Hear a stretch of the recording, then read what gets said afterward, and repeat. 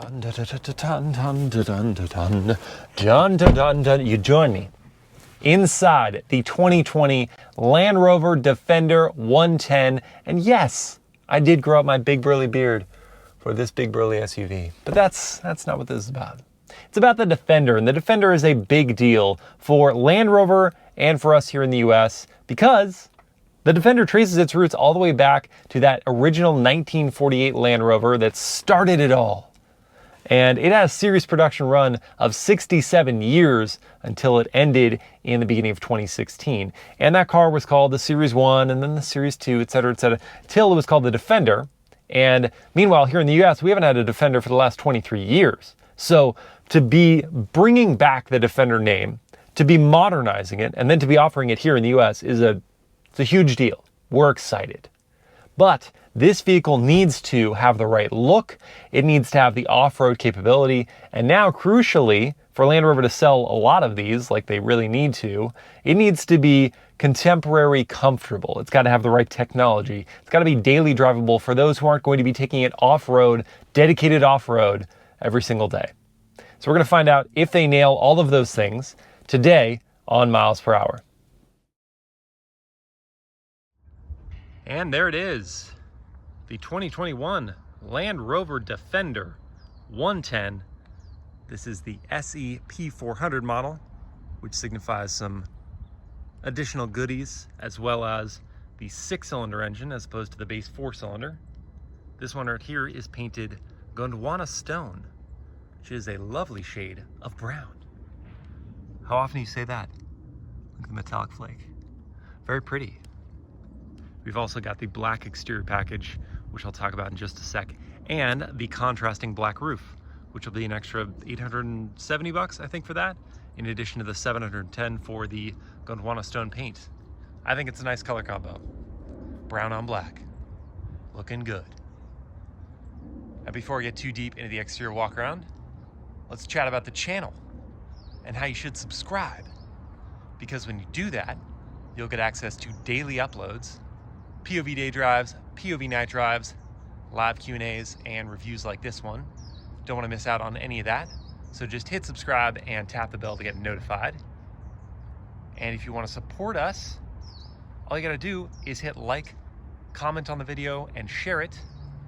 If you want to do more, you're awesome. You can get a MilesPerHr t-shirt like the one I'm wearing. Got some other styles, don't worry. And you can also support us on Patreon. Any of those ways are super helpful and helps us just keep the content flowing. And my spiel is done. Let's get back to the Defender 110. Starting up here at the front, the SE package is going to give us a couple things, as is the black exterior pack. The black exterior pack will black out these Defender letters on the hood, give us this black insert with the Land Rover badge, black headlight housings, and then this checker plate is going to be in black. This looks like metal and is a nod to the classic Defender's metal piece where you could step up on the hood. It is actually plastic though. You don't want to step on that. You'd do some damage. There's actually another spot that's a nod to the Defender. These pieces right here look like you would step on those, but do not. Also plastic. So those are the black details. And then the SE is going to give us premium LED headlights, standard LED headlights, and LED taillights on the Defender. But the premium LED headlights, oh my gosh, speak Miles. Premium LED headlights give you this cool signature here.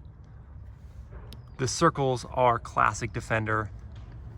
The cutoff makes them look aggressive. And then I like the metal looking piece in here for the headlight, whether that's metal or plastic, I don't know, because there's glass in between here and there. This is actually plastic. That's plastic. And then you've got these square-ish looking details off to the side, part of the LED daytime running light. Not actually squares because they're rounded here to go with the circle. But that's where the turn signals are set. So when you turn the signals on, they will illuminate right here in those cutouts. Pretty neat. This one also has the cold weather package, which includes these washer jets for the headlights. And then you've got heated washer jets for the windshield, as well as a heated windshield. So cold weather pack, not just like most cars, meaning heated seats. It's bringing you off-road heated details that are going to be useful. Down here, fog lights are part of the SE package. Those are not standard. And this is black plastic cladding. This is plastic. It looks like metal, especially with the hole cutouts, but it's not metal. Still looks cool. That runs across, and then you've got some ventilation in here. I like the front end. Ties in enough of the classic Defender while pushing the vehicle forward, and importantly, it's designed to accommodate the crash safety regulations of modern vehicles. They couldn't just give it that classic box look because it wouldn't adhere to those standards. But I think they did a good job modernizing it while still, you know, giving it the classic cues. Moving to the side now, we've got these good sized wheel cutouts and black plastic cladding around those. 18-inch wheels are going to be standard on the Defender. They're steelies, they look awesome. I actually wish they were available on other trim levels, not just the base. But this one with the SE gets 19-inch wheels, and you can choose a silver finish or this black gloss look, which of course in this case goes with the black package and the black roof and the black side pieces. It goes with all that. I think it looks awesome. We also have two off-road packages on this one. One is all going to be terrain response 2 and torque factor and rear differential and other off-road goodies and things you can't really see until you start using it. This other off-road package is going to mean that we get these off-road tires, Goodyear Wranglers, 255 section at all four corners. Just a bit of extra tread compared to all seasons, but a bit of extra tread in this vehicle is going to mean that you're able to do so much more because all of the electronics enable it to do amazing things on just basic all-season tires. So add some tread, watch what happens. More classic Defender cues on the side here. We've got these vents with Defender spelled out there. That's in plastic. Black plastic cladding down here to separate the body. And then we've got these piano black door mirrors. You can see this vehicle's already been taken off-road. Got some branch scrapings here. I like to see that. Up here, we got a roof rack. And you can see the optional panoramic moonroof here, sunroof rather, because it actually opens. Stepping back, looking at the profile. So the 110 used to signify the length of the wheelbase, and the 90 would have been the shorter 90-inch wheelbase. Now it's just numbers. 90 means the two-door version of this vehicle. 110 means the four-door version. The wheelbases are actually like 102 inches for the 90 and 119 inches for the 110. Still not massive SUVs, but bigger than the original wheelbases and the numbers that signified those. I like it. I especially like the completely cut off back end. Classic Defender, super cool. It's got a great profile. I even like those boxes up there around the C-pillar. They're just aesthetic if you don't get some of the accessory packages, but you know, as design goes, it's pretty cool. Body color matching. You got the Land Rover badge right there, and they just sort of break up the profile. Make it more distinct on the road, I would say. If you do get some of the accessory packages, there's like an Adventure and an Explorer package, both of which add a side cargo carry, so adding some functionality here. And one or the other of those packages adds like a raised air intake system, so it's collecting all the dust when you're going desert running, not letting it get in the engine. And another one's got a rinse system for hosing off your muddy boots, and another has an air compressor for airing up your tires after you've aired them down to go off-roading. There's also an urban and a country package, which are not as off-road friendly. They add some other things that I just can't remember right now. So yeah. But even if it's just like that, it looks cool. And getting to the back of the Defender, here's where it really seals the deal for me design-wise. It harkens to the 80s Defender and just looks distinctive on the road. Because when you're at the back here, you can just see this this shape here with the flared wheel arches. That is classic Defender, as is the harshness of which they just came here and just cut the back. Nothing looks like this on the road. It has to be Defender. I also like the extended piano black that kind of separates the body back here, adds visual width. I like the tail lights, all 4 of them. And they say the small ones over here are to kind of represent the little circular ones that were on the 80s Defender. Sure. There may also be some crash safety regulations that are why they have to put those as far out as they are. Just my guess. But when you hit the brake light, all 4 of those illuminate. When you hit the turn signals, all 4 of those illuminate. Unique on the road for sure. And at the back, it's kind of interesting. So up here looks like, you know, macho off-roader. Down here, for some reason, just looks like, to me, the Jeep Renegade. Just little box. Up here, very different. Don't know why that is. Full-size spare tire on the back. Super cool. This is kind of an interesting one. So we got the shark fin up here with the camera, and the camera is for your digital rearview mirror in there. Sure, that's useful. I've used that before, especially when your car is full of people or stuff. But what happens when you want to put a roof rack on the car? Because we can see these rails go to here, and that is directly in line with the shark fin. So you're gonna have to take that off to put on a roof rack unless it's a really tall box. That just seems like a functionally deficient move. Doesn't make any sense to me. Just my thought. At the back here, we've got more of this silver painted metal looking, but definitely plastic stuff for crash safety. More of that here, black plastic cladding down here, reflector light down there. Looking under, we can see the exhaust. Dual outlets there, tucked up nice and neat under the body. Then this one has the optional towing package. So you got the hitch, it's like 600 bucks or so. And it can tow up to 8,000 pounds, I believe. Pretty neat. But yeah, the look, I think they really nailed it. I think they did a great job of modernizing the Defender while still keeping the signature character traits of the exterior from Defenders of old. And now, let's go see how they got the interior right, or not. Let's find out. But before I open up, let's see, we've got smart key access here and on the rear doors. So you can leave that key in your pocket and just press the button to unlock it and press the button to lock it. It's not a pull handle to unlock like some vehicles. Nice solid feeling door. Looking inside, we're gonna see a more utilitarian cabin than really any other Land Rover vehicle. That has always been the Defender. It is still the Defender. Got some luxury in here, but more utilitarian and think functionality. So with the SE, we're gonna have a mix of leather and this fabric material for our seating.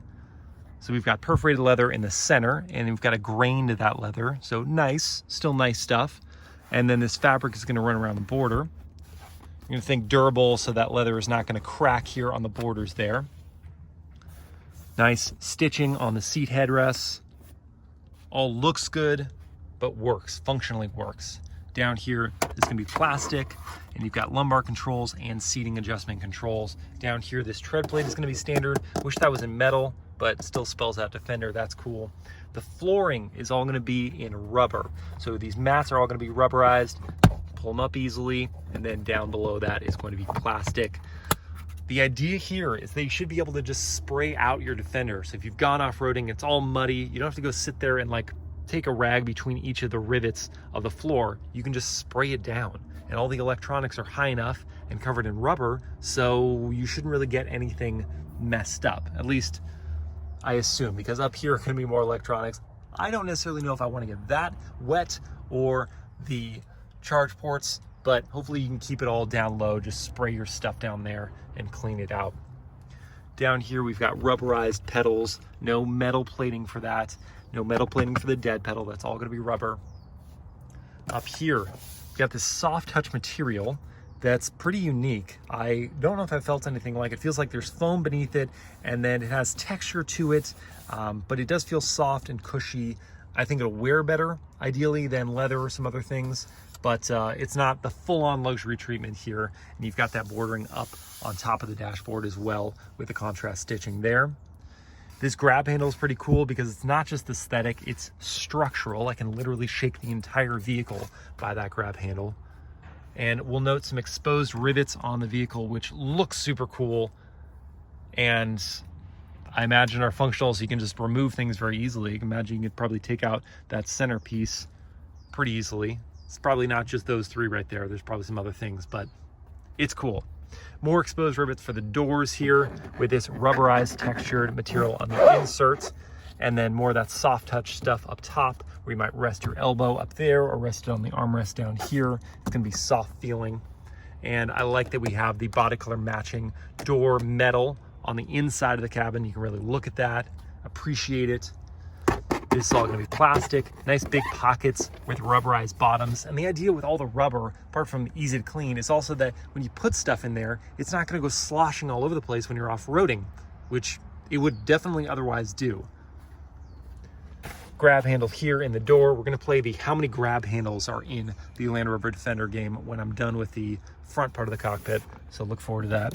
This is all gonna be plastic, but it's gonna feel like nice plastic. One touch window switches there, memory seats, and this is pretty neat. We'll see this on the rear doors as well. It's a blind spot monitor for the door. So if you're parked in the city and you wanna make sure you don't hit those bikers coming by, say you couldn't see them in the mirrors, well, this will let you know if someone is coming by.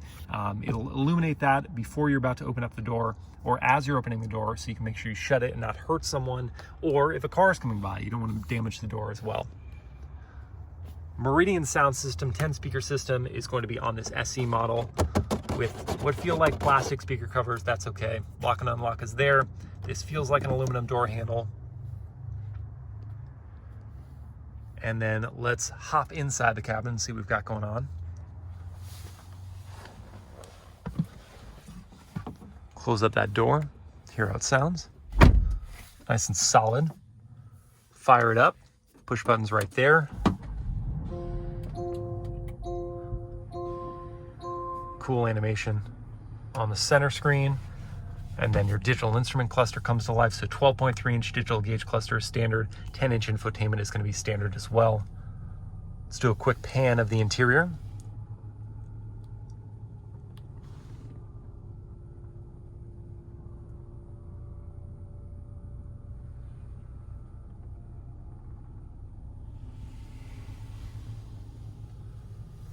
All right, heading back into the steering wheel. Leather wrap border to the steering wheel is going to be standard, and this is like a plexured? What am I trying to say? Plastic textured for these 4 pillars coming off the wheel. I like the cutouts in there. Looks very rough and rugged. This is going to be plastic here with Defender right in the center. And then these controls are going to go dark when the vehicle's off. They come on when the vehicle's on. All of this on the right is going to be for your safety features. Adaptive cruise control is not a standard thing. Lane keeping assist is standard. You have to pay an extra $1,000 for the driver assistance package that gives you adaptive cruise control. Windshield washer stock here with a metal look but plastic feel border there, and inside nice stitching on the inside of that wheel. And then here are these controls. These can adjust as you go through the different menus. So let's see here. Okay, so press up and it gives you a different set of controls here. And then it switches back. These are going to control the left side of the gauge cluster. And we've got just one dial showing up right now, but I can change that up by going into layout. And we can do 2 dials, more traditional. We can do a full map. We can do media, driver assistance, whatever you want. I prefer the 1 dial because I like having different information on the left and right. And then up here, we're gonna have telemetry data, media information, warnings, and then changing up what info is on the display. Let's see, left info panel. If I wanna show media, trip summary, 4x4 info, that one's pretty fun. I can do that. And I can change up on the right as well. Down there, we're gonna have our temperature for our oil. Off to the left, we're gonna have the outside temperature and our fuel gauge along with distance to empty. Turn signal stock is going to look just like the right one. Kind of a slow sounding turn signal, pretty unique. Sounds very truckish. And then you've got the one touch for 3 indications before switching off. So that's the wheel. I like it. The right amount of luxury for the touch points, but also very utilitarian. Looking at this infotainment here. So we're operating now on Land Rover's new Pivi Pro software, replacing whatever the old one was called. And it's faster, it's more user-friendly.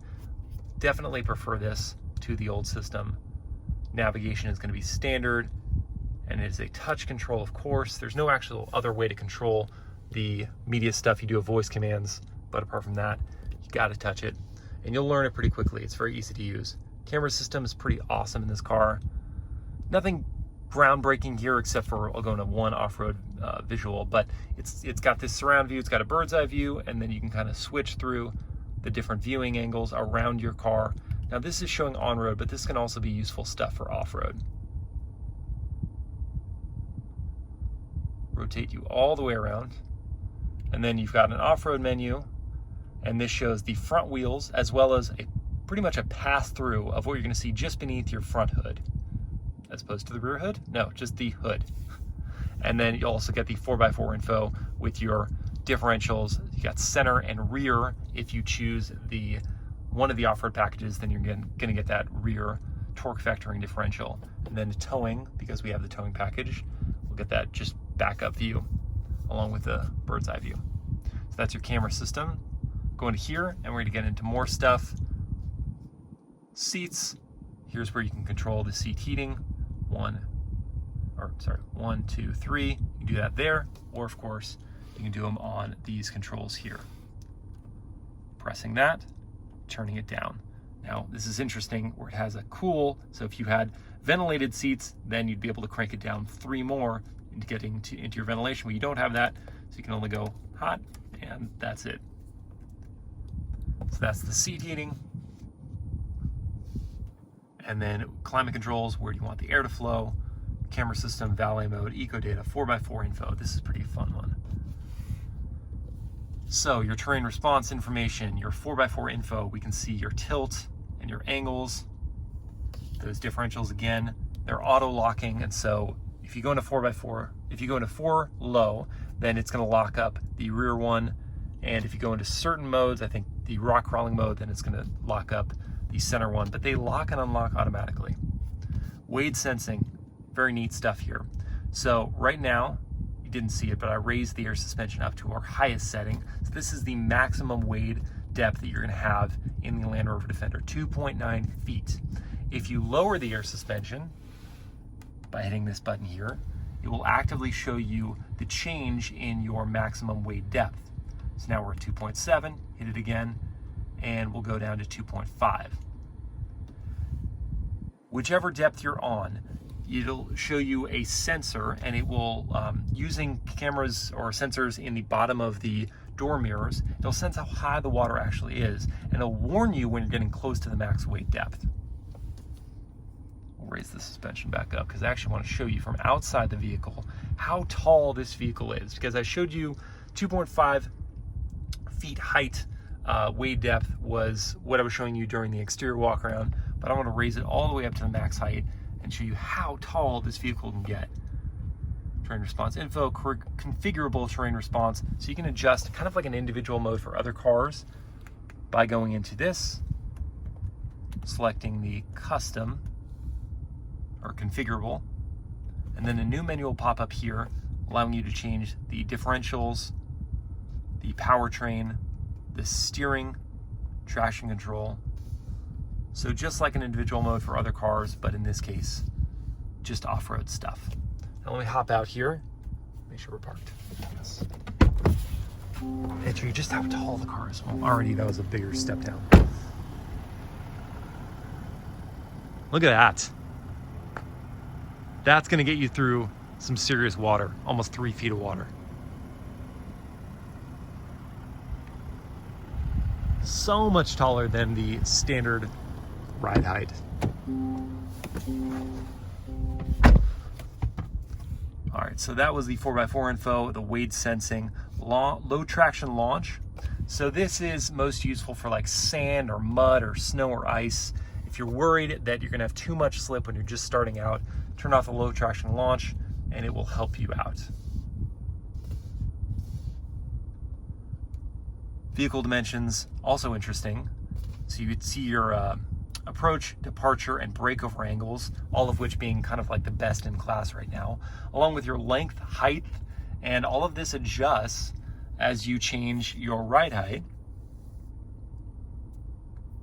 But these could be useful, one, if you're not sure if you're going to clear maybe a parking garage, or if you get on ferries often and they need to know how long your vehicle is, that's not going to really change, so you can memorize that, but the height does change.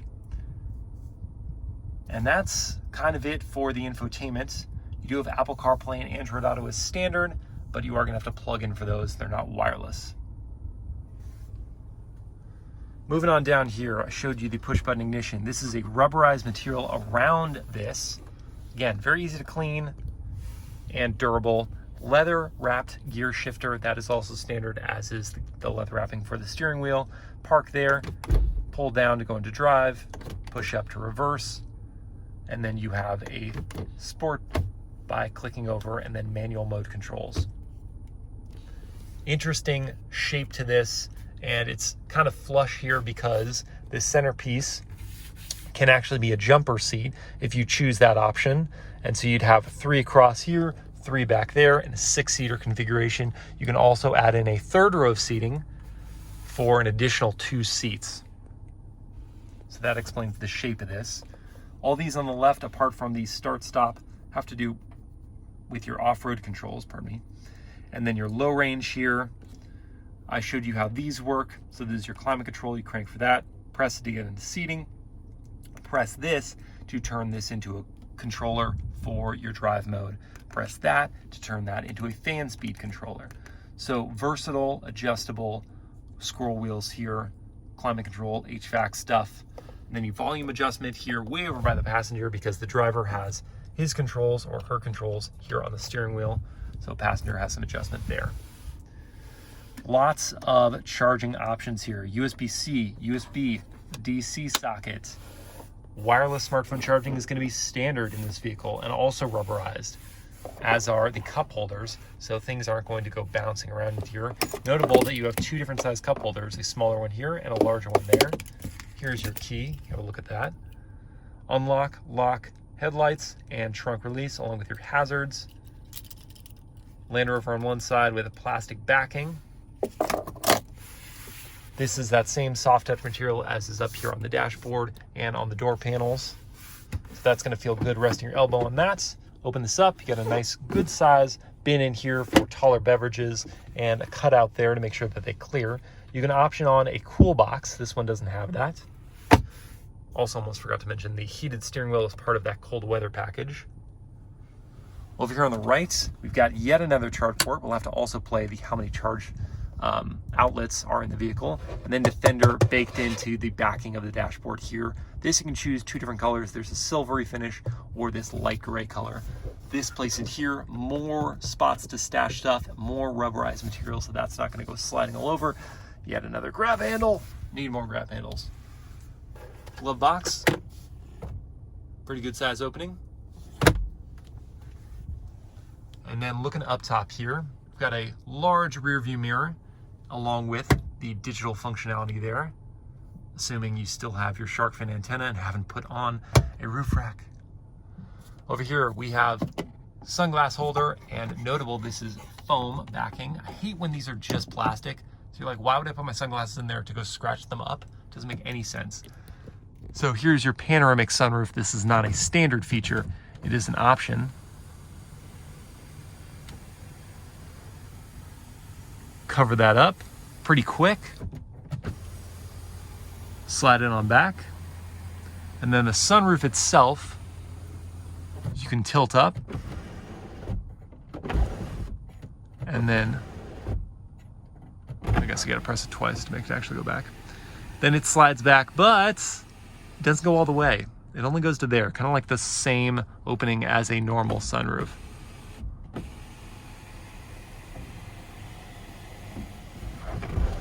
seal it on up. We've got a light color fabric for your headliner here, grab handle there. Plastic, squishy, maybe even rubberized again. Backing for your sun visor, mirror opening there. This slides out, though it doesn't cover the whole window. That's kind of a bummer, but here's a fun one. You've got an additional sun visor behind that digital rearview mirror. I don't think I've ever seen that before in any new vehicle, having an extra sun visor behind the rearview mirror. So you got full coverage front on. Good stuff. Okay, let's hop into the back and see what we're working with there. I left the car pretty high. Looking in these back seats, just like the front, we've got perforated grain leather for the inserts, and then the borders are in fabric. These headrests can go down if you do that, and I would recommend doing that because the visibility with them up is not the best. It's a pretty good sized seat pillar there, and not a big back window. So that is these seats. If you got the third row of option, you could have wow, what did I just do? What happened? Did I shut down? You have additional levers here where you can tilt and slide forward the seats. We don't have the third row, so we don't need that. More rubberized flooring with that Land Rover badge. Envelope storage back there. This is all gonna be plastic, but this is gonna be leather backing. That transition is harsh. It's a slot to mount an iPad or something like that. And then in here, we have an extra USB port. My goodness, the number of these things is crazy. The doors look just like the front ones. You got these exposed rivets with this rubberized backing, the soft touch material. You got a grab handle here. This is even rubberized as well. I thought that was kind of interesting. Good, easy place to grab. The blind spot monitoring for your doors are there. Smaller cubby in here to store something like a water bottle, and then those same Meridian speaker covers. And let's hop up and in. You could grab another grab handle there. And then still more grab handles. Okay, let's see what our legroom is like. So at 6 feet tall, sitting in my own driving position, I have plenty of knee room. Very important. Headroom, let's see. Oh yeah, yeah, we're fine. We are fine there. So yes, full-size adults can fit in the back of the Defender very easily, despite it, being kind of a normal size SUV. Oh my goodness, the charge ports. More of them, 4 of them. We've got a DC out there, and then USB, USB, DC. 4 more. Cubby to store something. I'm actually not sure what would fit in there. Your full phone is not gonna fit in there, so that's just gonna collect dust. Higher trim models are gonna have an additional third zone of climate. Here, we don't have anything. You just have to deal with what the front passengers want. And that is as far back as the sunshade goes as well. So, not a full backing on the Pano sunroof, and it won't go fully back for the shade. These are pretty rad. You've got your Safari windows back here, and we're not gonna go on Safari, but it still brings in some extra light and just looks really cool. I remember my uncle had a Discovery, or an LR2 or LR3 with these, and I just thought it was the raddest thing ever. That and the jumper seats.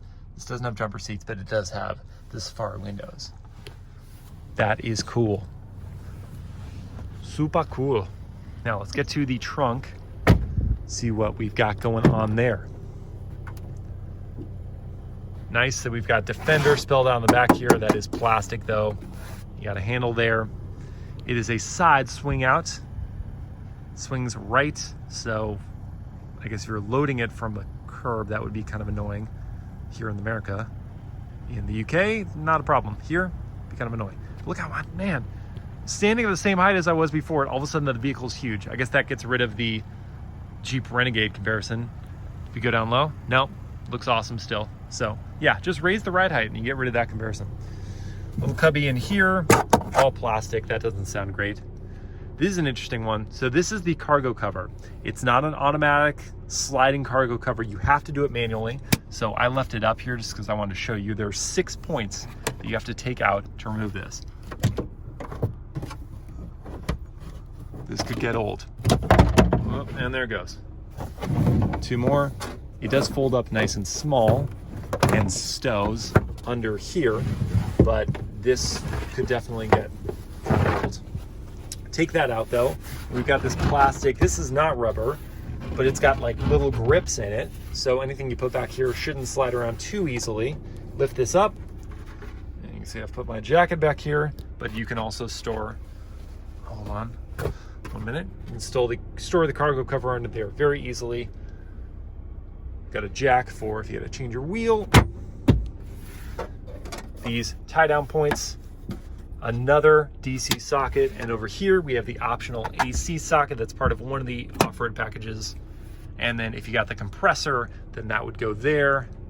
If you got the third row seating, you'd have 2 more sockets for charging up there, USB sockets. This is a stretchy thing. You can put a water bottle in there, I'm guessing.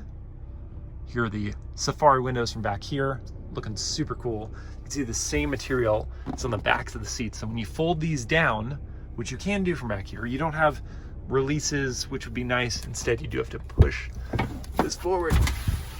Oh, is my seat too far? Oh no, that's the problem. The headrests are up.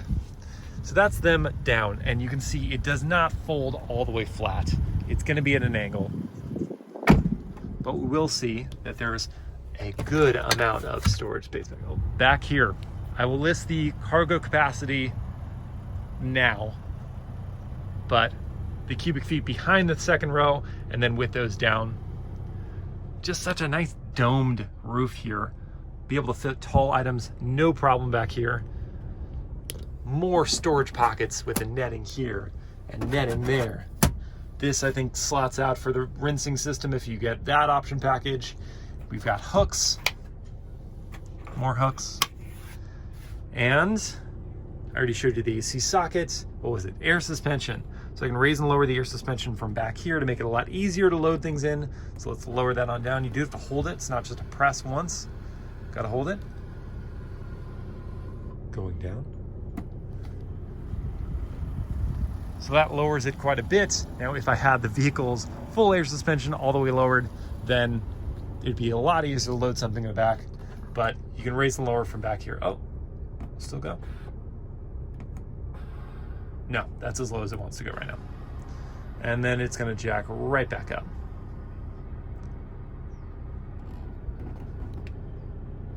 So this is clearly secondary to having the vehicle lowered. You have to lower it up there. The back is just going to give you just a bit of extra dip down for loading cargo. So that's the trunk. And that means we got to do 3 things. 1, we're going to play the grab handle game. How many grab handles are in? Oh, I forgot to show this center console with pretty good sized cup holders in there, but the vehicle reminded me for me. Okay, so we're going to play the grab handle game. How many grab handles are in the Land Rover Defender? Do you want to count this as a grab handle? No, I'm not going to. Okay, so we're going to have to start second row. 1, 2, 3, 4, 5, 6,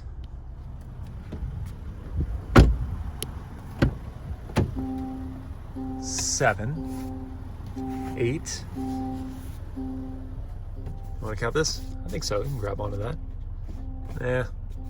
8, 9. You can grab right in there.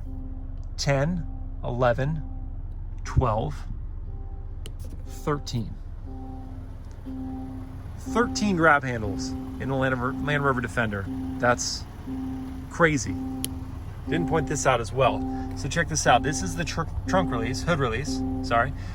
This is a cover for that. So when you're driving, if you accidentally were to hit that with your foot or grab it with your hand, I don't know how you accidentally grab that with your hand, maybe hit it with your foot, that would send the hood flying. And if you're off-roading and you're bouncing around, that could come crashing in through the windshield. That would be bad. So this little nozzle right there covers it up.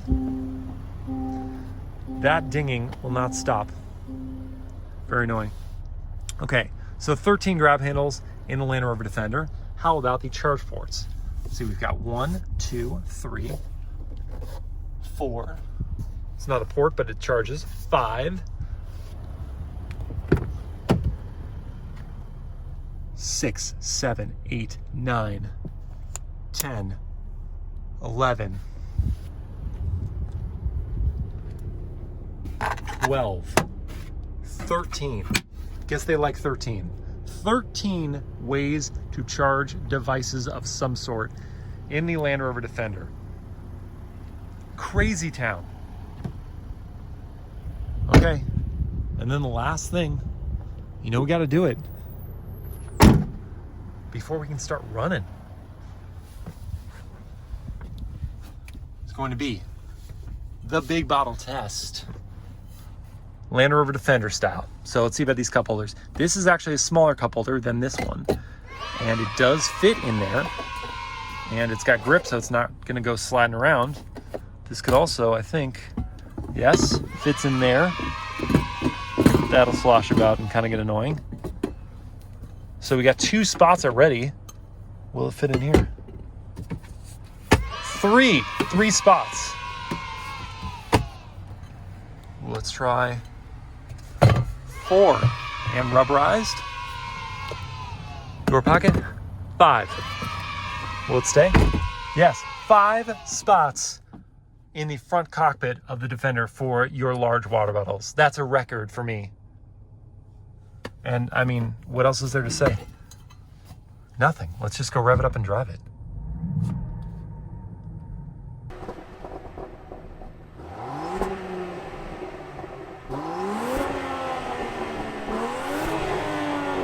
All right, we're gonna start things off on road because honestly, this is where most Defenders are gonna spend most of their time. We will have some off-road driving later in this review, so stay tuned for that. But for now, let's talk about the engines. So to start, you're gonna have a 2-liter 4-cylinder turbo that's gonna make about 296 horsepower. Then you can kick it up to this one here. It is an inline 6-cylinder that is turbocharged and electrically supercharged, and then paired with a mild hybrid system. That's gonna make 395 horsepower and 406 pound-feet of torque. Whichever engine you choose, they're gonna be paired with an 8-speed ZF-sourced automatic transmission. And let me tell you, this inline 6 is pretty peppy, especially in the mid-range. From a dig, it's gonna get to 60 miles an hour in 5.8 seconds. All in, it'll do 129, please don't test this, 129 miles an hour as the top speed. You won't want to do that because there's gonna be quite a bit of wind noise. This air suspension system on this car is going to be standard for all Defenders, and it is largely a good suspension system. It filters out the worst of the road bumps, but at least paired with these off-road tires on this model, you do have some bumpiness and you can hear the bumps in the cabin. The other thing you're going to hear, as I alluded to with the top speed, is wind noise. So at highway speeds, you will hear a fair amount of wind noise. Around city streets, you're not going to get much of that, but if you're commuting a lot on the highway, keeping it up at those speeds, then that might get a bit annoying.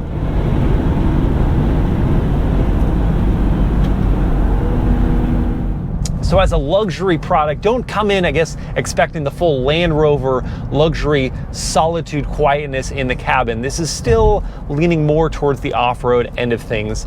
But I am finding these seats to be extremely comfortable. I find the visibility to be very good out of the front and to the sides. The back, there's a bit of a quibble there because if you have those headrests up, they eliminate that one window between the C and D pillar, which is your vantage point, your viewpoint out of there. You can use this digital rear view mirror to cut through all of that, and that is going to be essential. I'm glad that is on this car. But if you wanted to look with your eyes, you're gonna see a whole lot of headrest and not much else. You can fold them down, thankfully, and look through those if you don't have someone in the rear seats. But thank goodness that blind spot monitoring is a standard feature on the Defender. I think they had to add that because otherwise visibility wouldn't be so great.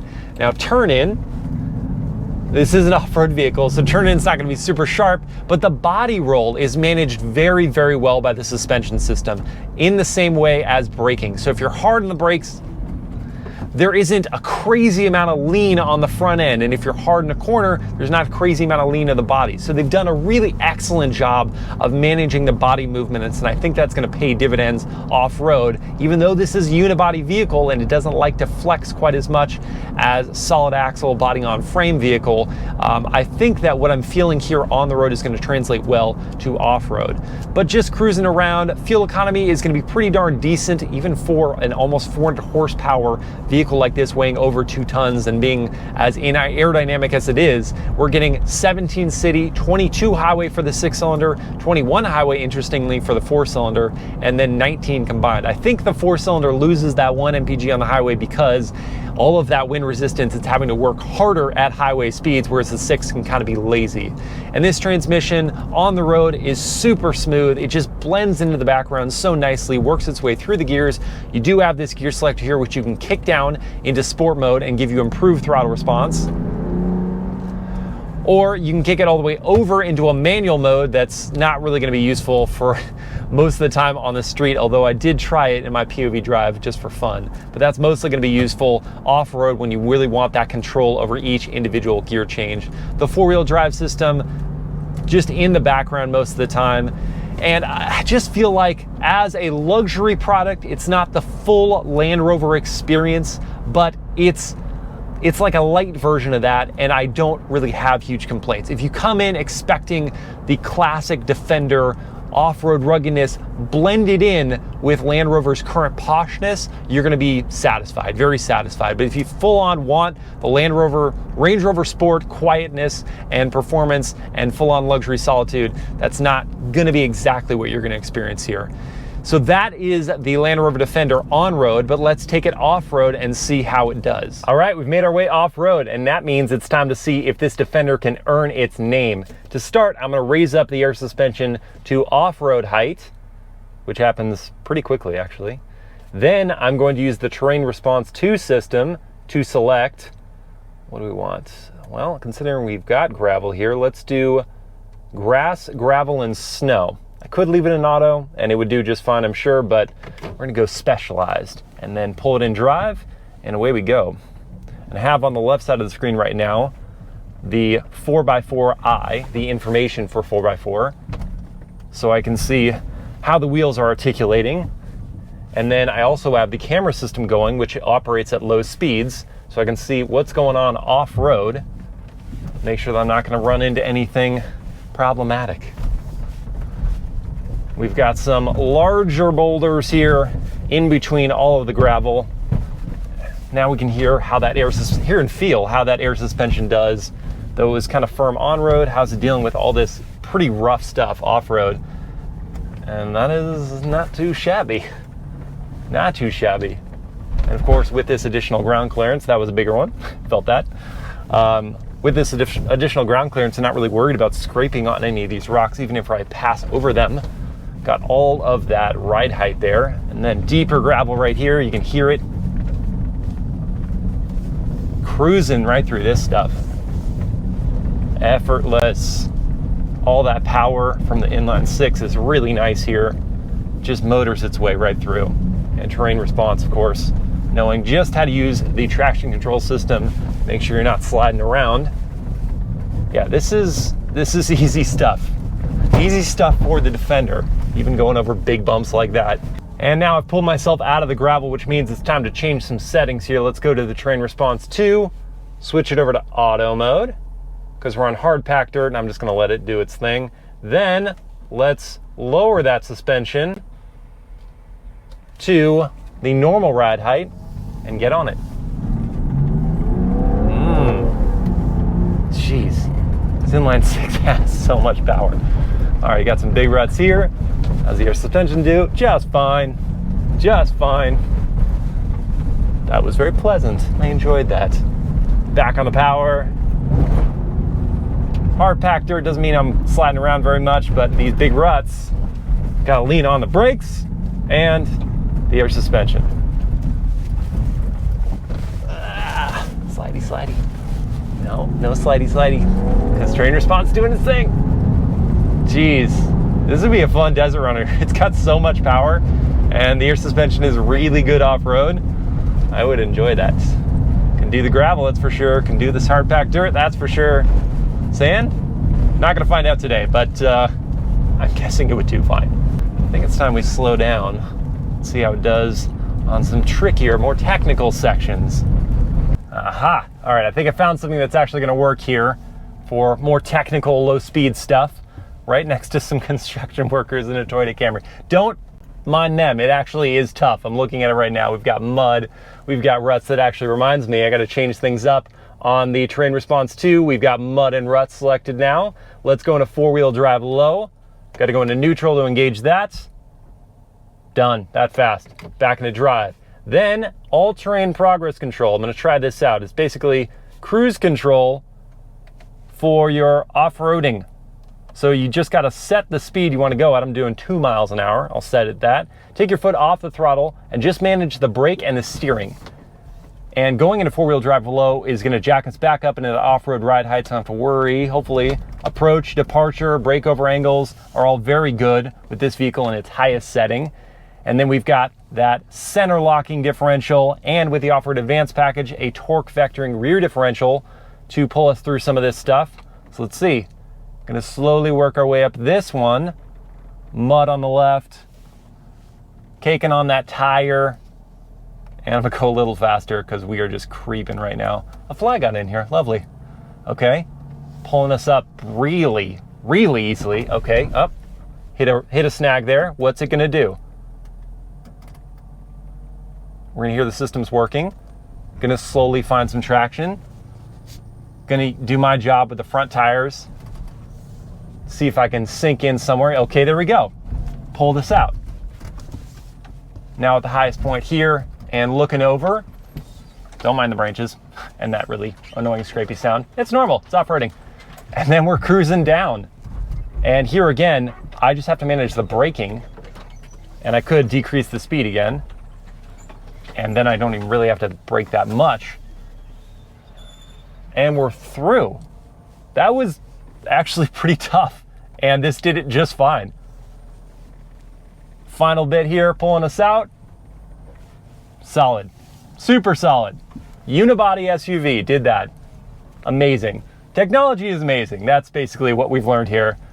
And the Defender is just as capable as it ever has been. It just looks and rides differently. Okay, let's get back to the street drive to wrap this up. Here is where I wrap up a truly compelling review. You've learned everything there is to know about the Defender 110, and I'm buttoning things up so nicely. You're ready to go out into the world and share your Defender 110 knowledge. Credit MilesPerHr, please. Except the problem is that my mic has actually died, and so I'm mouthing at you. And unless you're good at reading lips, this is all just going to be useless. So I'm going to try again, voiceover style, and see if I can attempt to channel what I was trying to say here before the mic gave up on life. So the 2020 Land Rover Defender 110, I think, is a 99% successful, satisfying reboot of a classic Land Rover nameplate. There are some things I would change, like the front end looks like a modern Honda Element in some ways, and the ride quality on road is a bit stiff. But those things aside, it is really, really cool. And I'm glad that they were able to integrate modernity and safety and tech and comforts into a classic Defender nameplate while retaining all of its off-road capability. So let's see if its starting price matches up favorably. What else could you buy with your money that would have similar characteristics? So the starting price for the Defender 110 is going to be $51,250. The Defender 90 is going to be a little less expensive, like $47,000. If you want the 6-cylinder version of the Defender 110, that's going to be $63,600. So a big price jump, but you are getting a lot more standard features and, of course, another 100 horsepower. What else could you buy with your money? Well, if you want to stay in the luxury realm, your choices are very limited. You basically just have the Lexus GX, which is definitely getting on in years, and you have to really want what it has to offer. Granted, it's going to have reliability. It's a Toyota, it's a Lexus, it's going to have that. But it's also going to feel kind of dated. The price tag on that one is going to be $54,000, so just a touch more expensive than Defender 110. It's going to make 301 horsepower from its naturally aspirated V8, so it's going to be a bit more powerful, but it's going to be slower to 60 in 7.5 seconds, and the fuel economy is going to be worse at 16 combined mpg. Cargo capacity is also going to be worse at 11.6 behind the second row and 64.7 cubic feet if you fold the seats flat. It is, however, body on frame, and that does count for something. And most of the other vehicles I'm going to list here are going to be body on frame, with the exception of this other one. So now getting into the mainstream here, we have the Jeep Wrangler 4-door. That's going to be $33,290, so much less expensive than the Defender 110. It's going to make 285 horsepower, so just a bit less power from its V6. It's going to make a better fuel economy, 21 combined. 0 to 60 is going to be slower at 6.7 seconds, and cargo capacity is going to be very similar, 31.7 cubic feet with the seats up, 72.4 cubic feet with the seats folded flat. And again, it is unibody. It's the only other unibody vehicle to go with the Defender in this group of off-road capable vehicles. Then if we want to go back to body on frame, we have the Toyota 4Runner. That's going to be $37,400 to start, $37,400 to start, 270 horsepower from its V6, 17 combined mpg. So worse fuel economy, less power. 0 to 60 is going to be slower at 7.7 seconds. Cargo capacity is going to be the best in this segment at 47 cubic feet behind the second row and 88.8 cubic feet with the seats folded flat. And now we're getting to the one that I think is going to be the most threatening to the Defender, because in its range-topping trims, it's bringing a lot of the luxuries while also bringing back a very cool name, the Ford Bronco. So it's going to be $36,590 for the 2.3-liter EcoBoost 4-cylinder. That's going to make 310 horsepower, so a bit more power. 0 to 60 is going to be very similar at 5.9 seconds. Fuel economy is TBA, we don't know yet. Cargo capacity is going to be very similar to the Defender at 35.6 cubic feet and 77.6 cubic feet with the seats folded all the way flat, and that is going to be body on frame. Out of the box capability from a manufacturer, that one is going to be a big threat to the Defender, and with what we're seeing in photos, the luxury niceties are definitely there. So if you want that cool name and you want some luxury and you want capability off-road, the Bronco will be pretty interesting. I think if you want a vehicle right now that's going to have some niceties and still going to have that cool factor, going to be crazy capable off-road, the Defender is a really good way to go. If you can wait a few months when the Bronco gets into dealerships and you can actually go check it out, it might be where you might want to spend your money. So I think it's probably worth waiting just to see. The Defender may be better overall in the end, but I would hate to feel like I bought the vehicle and then couple months later, the Bronco's out and it's amazing. So those are my thoughts on the 2020 Land Rover Defender 110. Thank you guys so much for watching, and I will catch you again next time. Again, sorry about the audio cutout at the end here.